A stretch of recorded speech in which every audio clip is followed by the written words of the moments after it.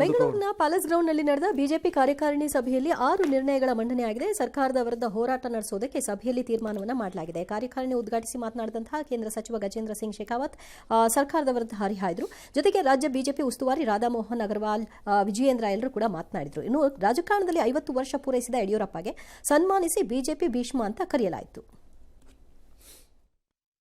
भ्रष्टाचार का कर्नाटक मॉडल जो है वो आज देश में जन चर्चा का विषय बन गया। मुख्यमंत्री पद के लिए संघर्ष शुरू हो गया था।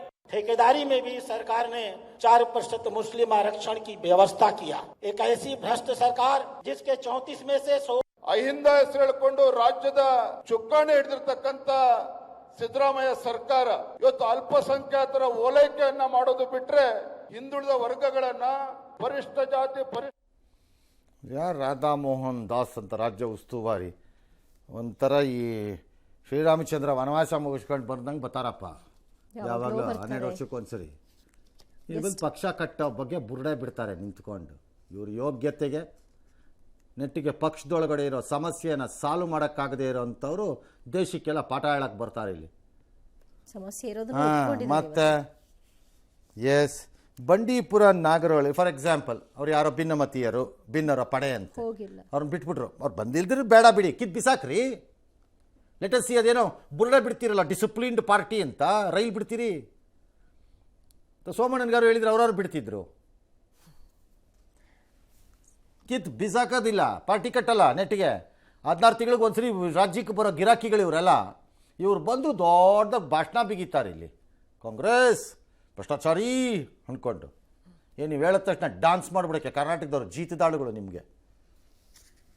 ಬಂಡೀಪುರ ನಾಗರಹೊಳೆನಲ್ಲಿ ಸಫಾರಿ ಪುನಾರಂಭಕ್ಕೆ ರಾಜ್ಯ ಸರ್ಕಾರ ಗ್ರೀನ್ ಸಿಗ್ನಲ್ ಕೊಟ್ಟಿದೆ. ರೈತರು ವಿರೋಧ ಮಾಡ್ತಾರೆ.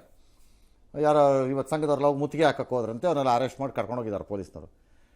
ನನಗೆ ಅರ್ಥ ಆಗ್ತಿಲ್ಲ ರೈತರದ್ದು ಏನಕ್ಕೆ ವಿರೋಧ ಈ ಸಫಾರಿಗೆ ಅಂತ.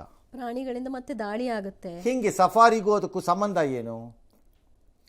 ಅಂದರೆ ಸಫಾರಿ ಗಾಡಿ ಹೋದರೆ ಪ್ರಾಣಿಗಳು ಆಚೆ ಹೊಟ್ಟೋಗ್ಬಿಡತ್ವಾ? ಏನದು ಸಂಬಂಧ? ನನಗೆ ಅರ್ಥ ಆಗ್ತಿಲ್ಲ ಅದು ಅವತ್ತಿಂದ. ಮಾಡಬೇಕು ಅನ್ನೋರು ಇದ್ದಾರೆ, ಬೇಡ ಅನ್ನೋರು ಇದ್ದಾರೆ. ಅಲ್ಲ, ಅದು ಬೇರೆ ವಿಚಾರ. ಅದು ಇದ್ದೇ ಇರುತ್ತೆ. ಭಾರತ ಅಂದಮೇಲೆ, ದೇಶ ಅಂದಮೇಲೆ, ಮನೆ ಅಂದಮೇಲೆ ಇದ್ದೇ ಇರುತ್ತೆ. ಬಿಡಿ, ಸಫಾರಿಯಿಂದ ರೈತರಿಗಾಗೋ ಸಮಸ್ಯೆ ಏನು ಅಂತ ನಂಗೆ ಅರ್ಥ ಆಗ್ತಿಲ್ಲ.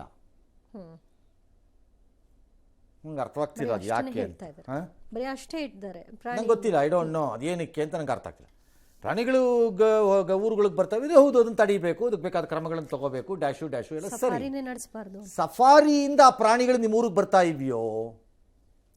ಐ ಡೋಂಟ್ ನೋ, ಗೊತ್ತಾಗ್ತಿಲ್ಲ ನನಗೆ. ಎಸ್, ಜೀನಿ ಸ್ಲಿಮ್ ತಗೊಳಕ್ಕೆ ಸ್ಟಾರ್ಟ್ ಮಾಡಿದ್ನೋ ಅವಾಗ ಮಂತ್ಲಿ ಪೀರಿಯಡ್ಸ್ ಆಗ್ತಾ ಇದ್ದೀನಿ. PCOD ಪ್ರಾಬ್ಲಮ್ ನಾರ್ಮಲ್ ಆಗಿದೆ, ಥೈರಾಯ್ಡ್ ನಾರ್ಮಲ್ ಆಗಿದೆ. ಪೀರಿಯಡ್ಸ್ ಎಲ್ಲ 6 ಮಂತ್ ಆದ್ರೂ ಆಗ್ತಾ ಇದಿಲ್ಲ, ಇವಾಗ ರೆಗ್ಯುಲರ್ ಪೀರಿಯಡ್ಸ್ ಆಗ್ತಾ ಇದೆ. ಜೀನಿ ಸ್ಲಿಮ್ ನ ಯೂಸ್ ಮಾಡಿ 8 ತಿಂಗಳಲ್ಲಿ 55 kg ಸಣ್ಣ ಆಗಿದ್ದಾರೆ. ಜೀನಿ ಸ್ಲಿಮ್ ತಗೊಳ್ಳಿ, ಬೇಗ ಸಣ್ಣ ಆಗ್ತೀರಾ, ಫ್ಯಾಟ್ ಲಾಸ್ ಆಗ್ತದೆ. ಜೀನಿ ಸ್ಲಿಮ್ ನ ಯೂಸ್ ಮಾಡಿ 100% ಯಾವುದೇ ಸೈಡ್ ಎಫೆಕ್ಟ್ ಇಲ್ದಂಗೆ ಸಣ್ಣ ಆಗ್ತೀರಾ.